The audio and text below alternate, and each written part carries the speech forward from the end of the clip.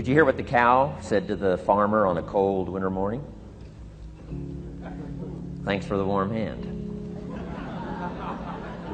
Anyway, it's going to get better, so don't panic on me. I start small.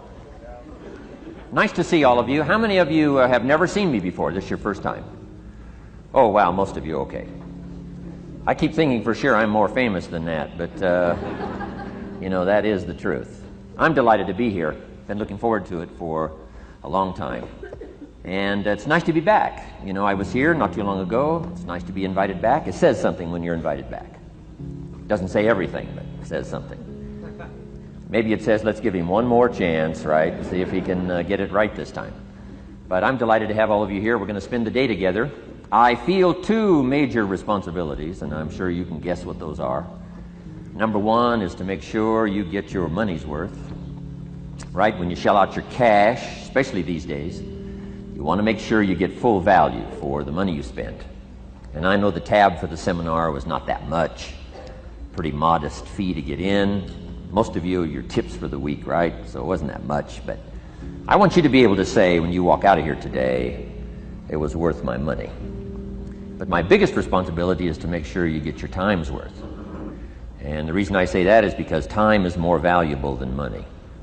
In fact, you might start your notes with that. Time is more valuable than money. You can get more money, but unfortunately you can't get more time. If somebody asks you to spend your money, that's pretty easy, right? We live in America. We're wealthy. So the money's not the problem. But what if somebody asks you to spend a day, right? You got to think that over carefully. And I know you did. I wouldn't waste one of my days, not for anybody, not for anything. Once I understood how valuable they were, I don't waste any. But to make an investment like today of your money and your time, I appreciate that. Today's going to be costly for me. It's going to cost me one of my days to be here, right? And some money, of course. But, you know, I don't need the money. I take the money, but I don't need the money. But guess what I do need? The time. So I'm here not to just joke with you. I'm here not to just tell some funny stories and give a performance and walk away. I'm here to give you some value, and I want to make it worth your time. I'm going to invest a day. You're going to invest a day. Let's get the most out of it and see what we can walk away with today. Anyway, for you that have not seen me before, just very briefly, let me just tell you my story. I grew up in Idaho, farm country, southwest corner of Idaho. In fact, my father still lives on the old homestead where I grew up. He'll be 89 his next birthday, still hasn't retired. I'm proud of my dad. He's never been ill. He's really something. I'm trying to get him to retire this year, 88. I'm telling my father, what a good year to retire when you're 88. And he says, hey, talk to me in 10 years, right? I might be ready. But anyway, I went to high school. I graduated. I went to college 1 year. Halfway through my second year of college, I decided I was smart enough, so I quit. One of my major mistakes. I should have stayed in school. But I thought, heck, you know, I'm smart enough to get a job. That's what life's all about, right? Get a job, pay your bills, work hard, stay out of trouble, keep your fingers crossed, hope for the best. And I figured I was at least prepared to do that. So I quit college and went to work. A little while later, got married, got my little family going, and I'm out there doing what I thought was the best I could. But about age 25, I'm starting to struggle. I've purchased a little more than I can conveniently pay for on time, and the creditors are starting to call saying, hey, you told us the check was in the mail. What's the deal? And I'm getting embarrassed by that. I'm also embarrassed, big mouth me, with all the fancy promises I made to get married. I'm way behind on those promises, and I'm getting discouraged, wondering what to do. And I thought, well, maybe I should go back to school, right? 1 year of college, pretty short on an application. But, you know, tough to go back to school, right? Especially when you got your family going. Time to stay is when you're there. So I discounted that. I thought, well, if I, you know, had my own business, that would be the way to go. But, you know, I'm short on money, too much month at the end of the money. If you've ever been there, that's where I was, age 25. So I had to discount that, and I'm discouraged, wondering, where do I go from here? And then the miracle happened for me. Good fortune came my way. And who can explain good fortune? I don't know. Remarkable things that happen to you at a particular time. Sometimes it's just unexplainable how those things happen. One of my friends says, well, hey, things don't just happen. Things happen just. Another good note for your notes. Things don't just happen. Things happen just. And maybe that's it. I don't know. I'm an amateur on life, I guess like most of us are, trying to figure it out, how to make it valuable. But I was ready. And my good fortune was, at age 25, I met a very wealthy man. His name was Mr. Schoaf, Mr. Earl Schoaf. A friend of mine had gone to work for him, and he started telling me about this man. He said, you got to meet this man I've gone to work for. He's wealthy, but he's easy to talk to. And he's got a unique philosophy of life. And the more he kept talking about this man, I thought, well, I've got to meet this man. So sure enough, shortly after that, I had a chance to meet this remarkable wealthy man, and I was impressed. He was wealthy. Sure enough, he was easy to talk to. I was so intrigued, within a few minutes, I said to myself, if I could be like him, farm boy from Idaho, if I could be like him, I'd give anything. And then I thought, if I could just get around somebody like him, and if he would teach me what to do, I would be willing to learn. I'm coachable. And that was my good fortune. A few months later, this wealthy man that I met, Mr. Schoaf, took a liking to me, hired me, gave me a job. I went to work for him. And I spent the next 5 years in his employ. And then, unfortunately, he died at the end of that period, at age 49. His last 5 years, but the first 5 years of my new life, I got to spend with this remarkable man, and my dream came true. He coached me, he taught me. He taught me the books to read. He taught me the disciplines. He taught me the changes to make in my language and personality. And the things he shared with me during that 5 years literally changed my life, turned my life around, changed my income, changed my bank account, changed my future, changed everything. I've never been the same since that unique experience. And I wish he was still alive today, Mr. Schoaf. I'm sure if he was alive today, especially after this seminar, Idaho Farm Boy makes it to Dallas-Fort Worth, full house, standing room only. Pretty awesome, I'm sure. If he was alive, I'd be calling him today saying, you won't believe what's happening to me. I've had a chance now to share with other people what you shared with me. But anyway, how I got here. 30 plus years ago, I was living in Beverly Hills, California. And one day a friend of mine, businessman friend, said, Jim, I'd like to have you come and share your story with my service club that I belong to, the Rotary Club. He said, I know your story, Idaho Farm Boy makes it to Beverly Hills. But he said, I think my club members would love to hear your story. He said, if I arranged one of our breakfast meetings, would you come tell your story? Just share a few thoughts. I said, okay. So I agreed to go give this breakfast talk. And guess what? They liked it.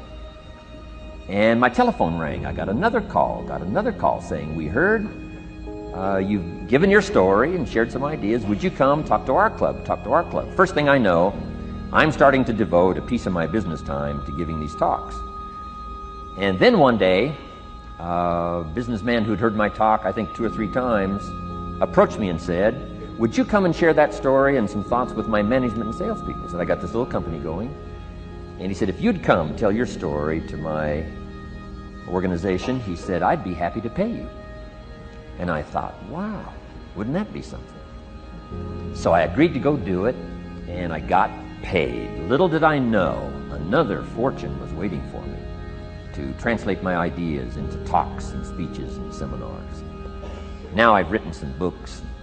It's on cassette tape. Now I get to travel around the world. Last year I was in Japan and Israel, Spain, Mexico, Australia, New Zealand, France, Germany, Canada, and now Dallas-Fort Worth. So.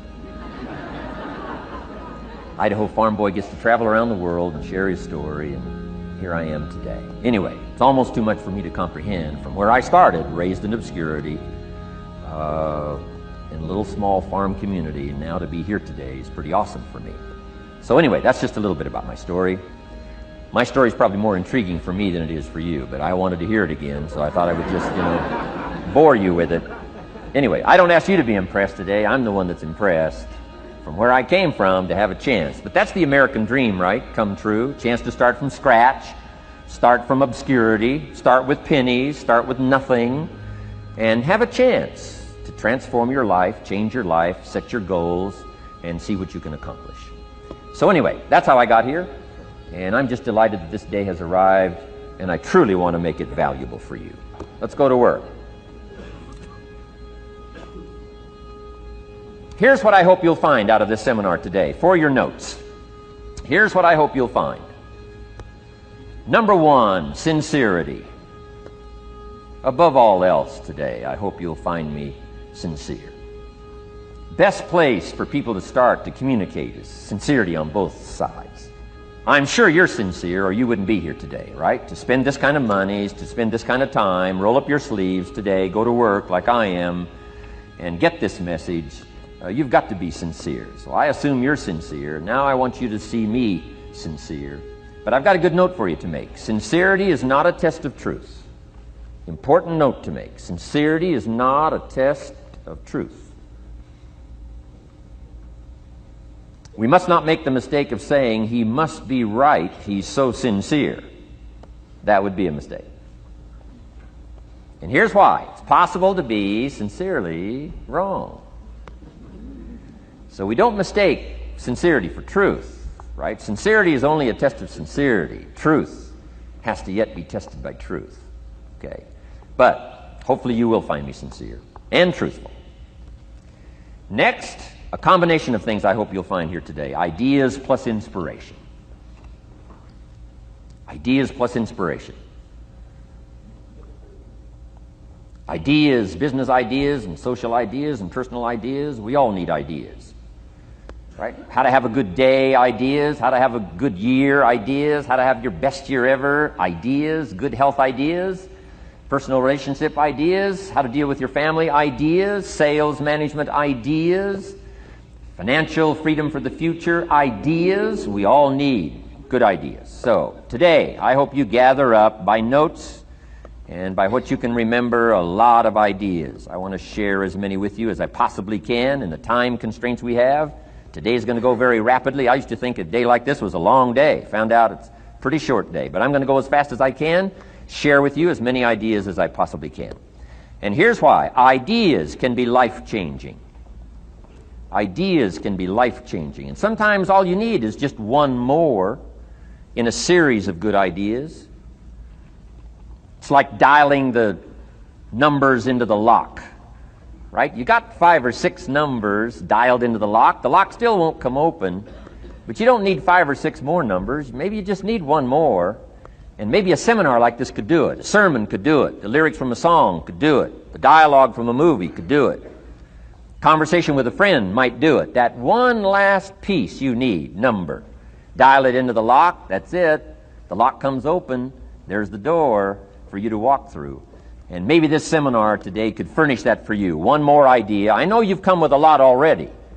Sometimes we get the impression, I used to have that I only had this much going for me and I needed this much. Usually not true. And I'm sure not true of this audience, where I find you today, as well dressed as you look today. As fine as you are sitting here today. It isn't that, you've got this much going for you and you need this much. I would assume you've got this much going for you, and maybe all you need is just a few more thoughts, ideas, to furnish you some ways and means to turn your life into the dream you want it to be. So, ideas. The seminar is going to be loaded with ideas. I want you to take good notes. But here's what else I hope you'll find here today, and that is inspiration. And who knows the mystery of inspiration? Why some people are inspired and some are not? You were inspired to get here. Some were not. Who knows the mystery of that? I don't know. How come you made it? The rest of them didn't make it. We don't know what that mystery is. Some people turned it down. Some people said it costs too much. Some people said it's going to take too much time. Some people are too busy, right? A lot of different excuses why some are inspired to take advantage of something that comes to town. Others pass it up. We don't know the mystery to that. Here's what I call it. Mysteries of the mind. And I just leave it at that. Some things I don't try to figure out. I take the simple approach now. Right? Some people do and some people don't. I mean, that's about as profound as my philosophy is. Some buy and some don't buy. Some go for it and some don't. Some change and some don't. And if you've been around for a while, you can usually work out the numbers, right? Out of 10, 3 do, 7 don't. Whatever business you're involved in, pretty soon you got this ratio going. The ones that do, the ones that don't. And you say, well, why don't the ones that don't, how come they don't? We don't know. I just leave it as a mystery. I used to try to understand all that. I just take the simple approach now. The guy says, this happens to me, this goes wrong for me, and all this stuff goes wrong for me. How come all this stuff happens to me? I say, I don't know, it beats me.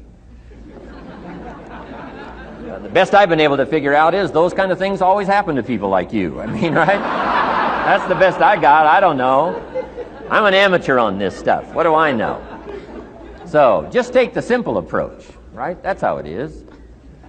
Who knows? Interesting story says the day the Christian church was started. Now, I'm an amateur on the Bible, but best account I can remember, the day the Christian church was started, a magnificent sermon was preached. Great presentation. And if you're a student at all of good communication, it was one of the classic presentations of all times. The sermon, the first day the Christian church was started. And it said this sermon, this presentation was given to a multitude, meaning a lot of people. But it was interesting, as the account gives us, the record, it says, when the sermon was finished, there was a variety of reaction to the same sermon. Isn't that fascinating? I find it fascinating.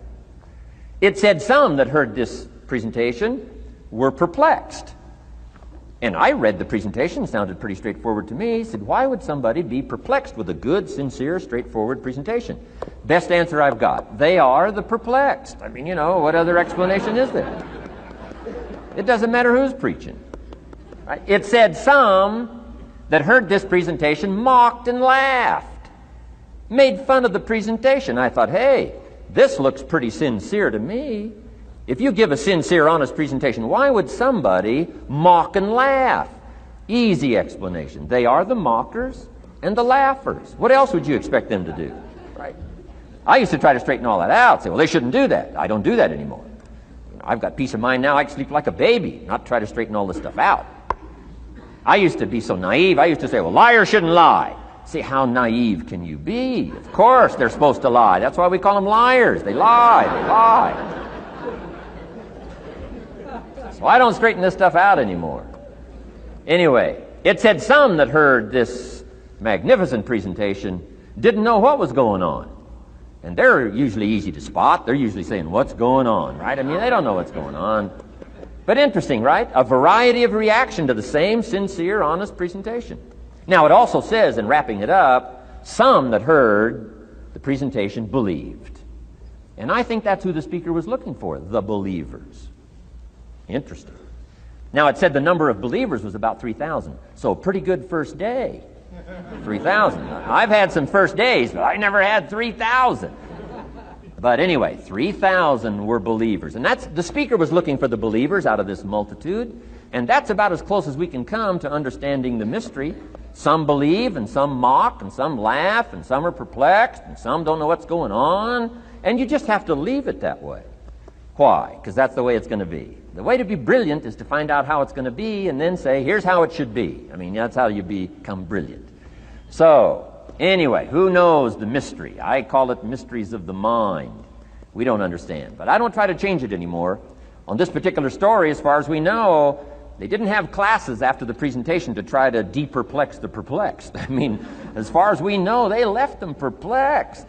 They left the mockers mocking. They let the laughers laugh. I mean, they didn't come back and try to straighten all this out. You say, well, how can you build a church? Well, make another presentation, and you'll get some believers and some mockers and some laughers and some who don't know what's going on. So that's about the best we can do.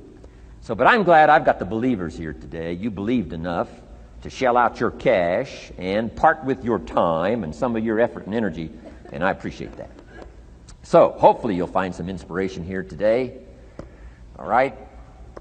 To get the most out of today, a couple more notes. Number one, be thankful. That's a good way to capture the most of a day like this. Be thankful for what you already have. That shouldn't be any problem in America, being thankful. Everything we need is available in America. Everybody wants to come here, right? The last time I was here, that little presentation I gave, everybody wants to come here, America. People haven't plotted and schemed the last 40 years saying if I could just get to Poland, everything would be okay. No, everybody wants to come to America. Why? Everything's available here. All the books you need, all the sermons you need, all the churches you need, all the schools you need, all the instruction you need, all the inspiration you need, all the capital you need, all the markets you need, all the challenge you need, all the information you need, all the seminars you need. Everything's available here. This is America. So number one, let's be thankful for what we already have. Thanksgiving does this. Opens up the doors, opens up the windows, opens up the channels. Thanksgiving for what you already have. I did a seminar one weekend up at the ranch, up at Clear Lake. Got a lodge up there. Nice setting, high valley, high serenity ranch. For the weekend, Friday evening, Saturday, Sunday. People drove in from around California. I got there late Friday afternoon. Everybody had pretty well already gotten there. I couldn't believe the parking lot. Continentals and Eldorados and Mercedes and Cadillacs and unbelievable. Ferrari, one Rolls Royce, unbelievable. I walked in, good-looking crowd about like this, sitting there ready for the weekend seminar. My opening remarks were, ladies and gentlemen, I think the rest of the world would find it strange that we have all come here this weekend to try to figure out how to do better. Right? I think the rest of the world would say, I don't understand. Guy in his Rolls Royce saying, I got to get to the seminar, find out how to get another one of these Rolls Royces. Unbelievable. Anyway, let's be thankful. Here's what locks up the doors and the channels to receive more: cynicism. That locks you away. That prevents you from learning more. Being a cynic about the past and the future, a cynic about the marketplace, cynical about the people, cynical about the institutions, cynical about the setup, cynical about yourself, cynical about your chances. See, that locks away all the chance for stuff to flow your way. So, good advice, I think, today. Start off, be thankful. Here's number two, listen well. And that's going to be a challenge today. I understand that. Seems like most of, our life is still going on outside these four walls, right? Most of our life seems like it's all, continuing out there. Family and business and associates and market and economy and whatever else is happening in the midst of your life. And to sort of, pull your attention from what's going on out there and put it in here for just a few hours, I know is a challenge. But do the best you can, listen well. And here's the last one, take good notes. Be a good student today. Take some good notes. I've not come to entertain you. As you can tell by my opening joke, right? I would not make it in Las Vegas. So we don't have a dog and pony show today, no entertainment. But I do have some ideas. Take some good notes. Somebody showed me the other day notes that they took about 21 years ago, attending one of my seminars out in Los Angeles. He said, I still use these notes I took 21 years ago to help me in my business, relationship with my family. So I'd like to have these notes that you take today become that valuable for you. Then it would be worth me making the investment to come and spend a portion of my life, my time, my energy here. And I want this investment I'm making here today to pay off. And one of the ways it can pay off for me is for you to take good notes and then go away and use whatever makes sense. Because what I feast on coming back around is the stories out of this audience today. Sure enough, 6 weeks from now, 6 months from now, 6 years from now, somebody's going to, by phone, by letter, by personal contact, walk up to me and say, the things you shared that day got me thinking. And I started making some changes, and let me tell you what's happened to my business. Let me tell you what's happened to my sales career. Let me tell you what's happened to my relationship with my family. See, that'll make it worth it for me. Not the money, the return. Something you can't buy with money. If somebody says, thank you for touching my life and taking the time to make the investment. And that's what I'm all about. So if you'll become a good student today. And here's the last note. Don't be a follower, be a student. You'll be happy to know today we haven't come seeking disciples. We've got no movement for you to join. I'm just here to share some of my experiences, good ideas best I can. But I think that's good advice. Don't be a follower, be a student, right? Take advice but not orders. Take information, but don't let somebody, order your life. Make sure what you do is the product of your own conclusion. Excellent note to make. Make sure what you do is the product of your own conclusion. Not to do what someone else says. Take what someone else says, process it, think about it, ponder it. If it makes you wonder, if it makes you think, then it's valuable. Then, when you go take action, make sure that the action is not what somebody told you to do. Make sure the action is the product of your own conclusion. If you'll follow just a little bit of those simple guidelines, I'm telling you, the learning process can be speedy, swift, powerful. Your learning curve can go up, and then applying it to your business, your life, your family, conversations, equities of all kinds. You'll find some progress like I did that first 5 years when I met a teacher willing to share with me. Turned my life around. Progress I couldn't believe happened for me. Okay. Let's get started. I want to review, I was here last time and we talked about the 5 major pieces to the life puzzle.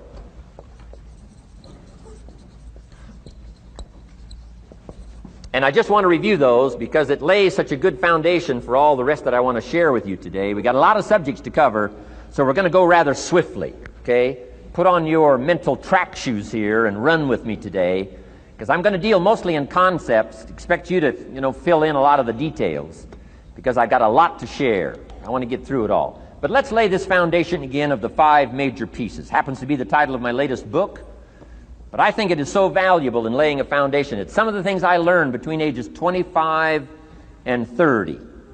The teacher who taught me so well. He dealt in these fundamentals, we call these. Fundamentals.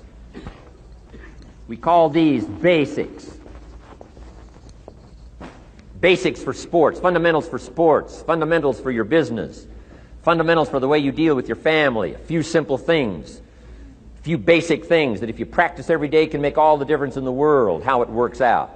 I boiled it down to 5 major pieces to the life puzzle. Let's just review those. Number 1 is philosophy. Philosophy, as I taught the last time I was here, philosophy, in my personal opinion, is the major determining factor in how your life works out. Philosophy, the major determining factor in how your life works out. Philosophy. To form our philosophy, you got to think. You got to use your mind. You got to process ideas. And this whole process over a lifetime, starting way back here when we were children, schools that we've attended, our parents, our experiences, all this stuff that we've processed by the thinking process helps to develop our philosophy. And in my opinion, each person's personal philosophy is the major factor in how your life works out. Here's what I called it in that last presentation when I was here. It's called the set of the sail. Each person's personal philosophy is like the set of the sail. Now, I used to think it was circumstances that ordered my life.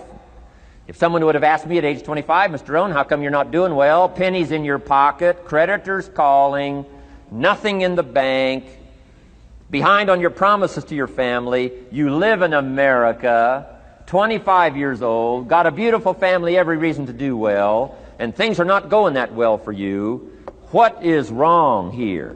It would not have occurred to me to blame my philosophy. I mean, it would not have occurred to me. Saying, well, I got this lousy philosophy, and that's how come I got pennies in my pocket and nothing in the bank, and things aren't working well. That would not have occurred to me. I found it much easier to blame the government. Much easier to blame the tax problem. I used to say taxes are too high. Top tax rate when I first started paying taxes, 91%. Back then, when your income reached a certain level, all your income over that, 91%. So I used to say that's too high. Now, the top tax rate's about 33%. But people are still saying what? Taxes are too. See, but you can't use that anymore. If it's gone from 91 to 33, how could it be too high? Come on. I threw all that old excuse stuff away. Some people found it, though, and they're using it these days. My old list. I used to blame the traffic, the weather, used to blame circumstances, right? People say I'm too tall, I'm too short, I'm too old, I was raised in obscurity, raised on a farm, parents of modest means, all the stuff. If you were to ask me, how come you find yourself here, Mr. Rohn, age 25, living in America, land of abundance and opportunity, pennies, zero in the bank, not doing well, creditors calling, it would not have occurred to me to blame my philosophy. I found it easier to blame the company policy. I used to say, if this is all they pay, how do they expect you to do well? So I figured that, my future was going to be tied to what everybody else was arranging, the economy and, right, interest rates. I used to say things cost too much. That was my whole explanation, not my philosophy, until my teacher taught me better that this is where the problem was, my own personal philosophy. Here's what's exciting about each person's personal philosophy. That's what makes us different than dogs and animals and birds and cats and spiders and alligators. That's what makes us different than all other life forms. The ability to think, the ability to use your mind, the ability to process ideas, and not just operate by instinct. In the winter, I'm telling you, the goose can only fly south. What if south doesn't look too good? Tough luck. It can only fly south. But see, human beings are not like a goose, can only fly south. I mean, you can turn around, go north, you can go east, you can go west, you can order the entire process of your own life. And we do that by the way we think. We do that by exercising our mind. We do that by processing ideas and come up with a better philosophy, a better strategy for our life, goals for the future, okay? Plans to achieve those goals. All this comes from developing our philosophy. Philosophy helps us to process what's available. Well, when we get here, we got seed, and we got soil, and we got some rain, and we've got some what? Sunshine, and we've got some seasons, and what? The miracle of life. Now, the key is, what do you do with all this stuff? How do you turn all this stuff that's available here into equity, and promise, and lifestyle, and dreams, and future possibilities? All of this that's possible now with human beings, how do you take all this stuff and turn it into this equities and values? Well, it starts with philosophy. What is the seed? What is the soil? What is the sunshine? What is the rain? Is it possible to take some of each of all the stuff that's available and turn it into food and turn it into value and turn it into nourishment and turn it into something spectacular and unique that no other life form can do? And the answer is yes. But you cannot deal with all this stuff and what to do with it unless you start refining your philosophy. Think, use your mind, come up with ideas, and strengthen your philosophy. So the seed and the soil and the rain and the sunshine, this is called, the economy and the banks and the money and the schools and everything that's available out there, processing information, what to do with all that, and turn it into equity and value. That is the major challenge of life, my personal opinion. So each person's personal philosophy now is going to determine what you're going to do with seed and soil and sunshine and rain and miracle, the change of seasons. That's it. My personal opinion. Each person's personal philosophy is like the set of the sail. That's what this seminar is for today. Help you to trim a better sail. You don't need a better economy. You don't need better seed and soil. In fact, when it comes to seed and soil and rain and sunshine and seasons and the miracle of life, that's all you got. Now, what if you blame this stuff? Then you're blaming all you got. If you blame the economy, and you blame the schools, and you blame the teachers, and you blame the sermons and the preachers, and you blame, the marketplace, and you blame the company and company policy, what else is there? When some people get through with their blame list, there isn't nothing else. That's all there is. And if you blame the only thing you've got to work with, I'm telling you, it's called mistake colossal.